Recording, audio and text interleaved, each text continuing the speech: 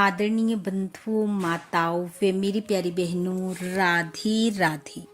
आप सभी का हमारे YouTube चैनल जीवन की धारा पर बहुत बहुत स्वागत है। बंधुओं, आज हम इस वीडियो में कार्तिक मास महत्तम का 7वां अध्याय सुनेंगे, जिसे सुनने सुनाने से भगवान श्री हरि की कृपा से मनुष्य कभी यम का मुख नहीं देखता और मृत्यु उपरांत वह श्री हरि के धाम को पाता है। कथा महत्तम सुनने के बाद यदि आप हमारे चैनल पर नए हैं तो कृपया हमारे चैनल को सब्सक्राइब करें, बेल आइकन को प्रेस करें ताकि हमारी वीडियो की नोटिफिकेशन सबसे पहले आप तक पहुंचे। वीडियो को शेयर व लाइक भी जरूर करें। नारद जी कहते हैं, राजन, कार्तिक का व्रत करने वाले पुरुषों के लिए जो नियम बताए गए हैं उनका मैं संक्षेप में वर्णन करता हूँ, ध्यान देकर सुनो। अन्न दान देना, गौओं को ग्रास अर्पण करना, वैष्णव पुरुषों के साथ वार्तालाप करना, दूसरे के दीपक को जलाना या उस दीपक की रक्षा करना, इन सब कार्यों से विद्वान पुरुष धर्म की प्राप्ति बतलाते हैं। बुद्धिमान पुरुष दूसरे के अन्न, दूसरे की शैया, दूसरे की निंदा और दूसरे की स्त्री का सदा ही परित्याग करे। कार्तिक में तो इन्हें त्यागने की विशेष रूप से चेष्टा करे। उड़द, शहद, राई आदि अन्न कार्तिक का व्रत करने वाले मनुष्यों को नहीं खाने चाहिए। दाल, तिल का तेल, भाव दूषित तथा शब्द दूषित अन्न का भी व्रती मनुष्य परित्याग करे।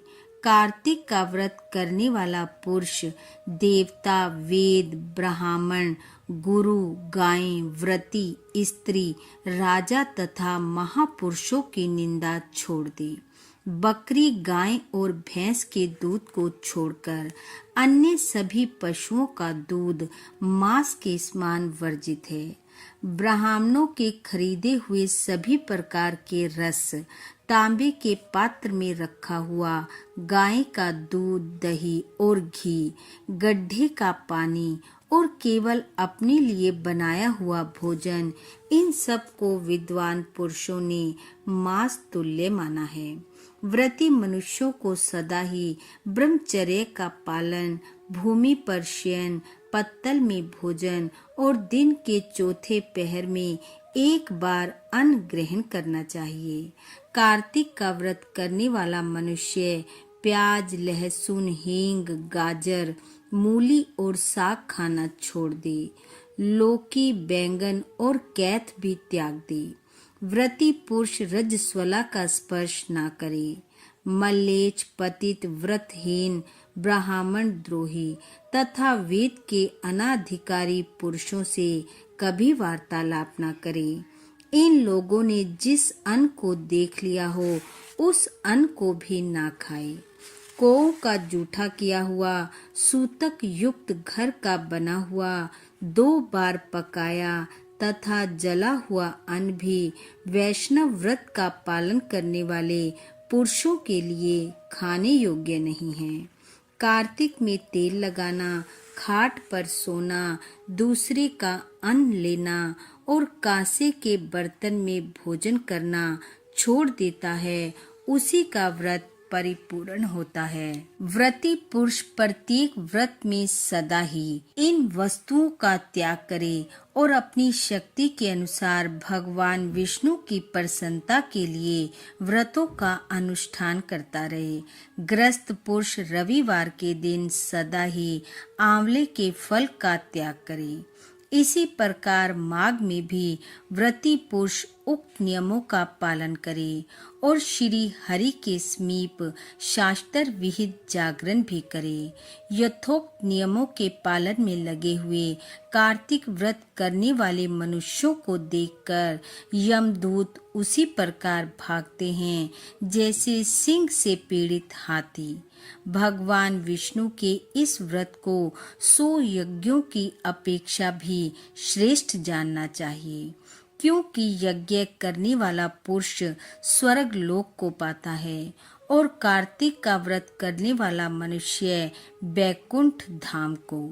इस पृथ्वी पर भोग और मोक्ष प्रदान करने वाले जितने भी क्षेत्र हैं वे सभी कार्तिक का व्रत करने वाले पुरुष के शरीर में निवास करते हैं।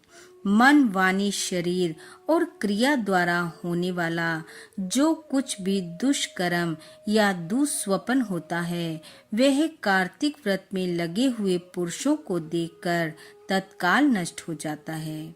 इंद्र आदि देवता भगवान विष्णु की आज्ञा से प्रेरित होकर कार्तिक का व्रत करने वाले पुरुष की निरंतर रक्षा करते रहते हैं, ठीक उसी तरह जैसे सेवक राजा की रक्षा करते हैं। जहाँ कार्तिक व्रत का अनुष्ठान करने वाला मनुष्य नित्य निवास करता है वहाँ ग्रह, भूत, पिशाच आदि नहीं रहते। इस प्रकार कार्तिक व्रत करने वाले के पुण्यों को 4 मुख वाले ब्रह्मा जी भी कहने में असमर्थ हैं। विष्णु का व्रत संपूर्ण पापों को नाश कर उत्तम धन, पुत्र, नाती और धान्य को बढ़ाने वाला है। नारद जी बोले, हे राजन, जो मनुष्य नियम पूर्वक इन व्रतों का पालन करता है तो उसे अन्य तीर्थों के सेवन की क्या आवश्यकता है।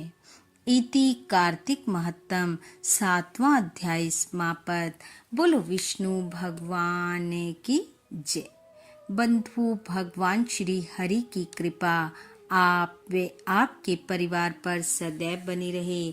आपका घर आंगन खुशियों से महकता रहे। इन्हीं शुभकामनाओं के साथ आप सबका बहुत बहुत धन्यवाद। राधे राधे।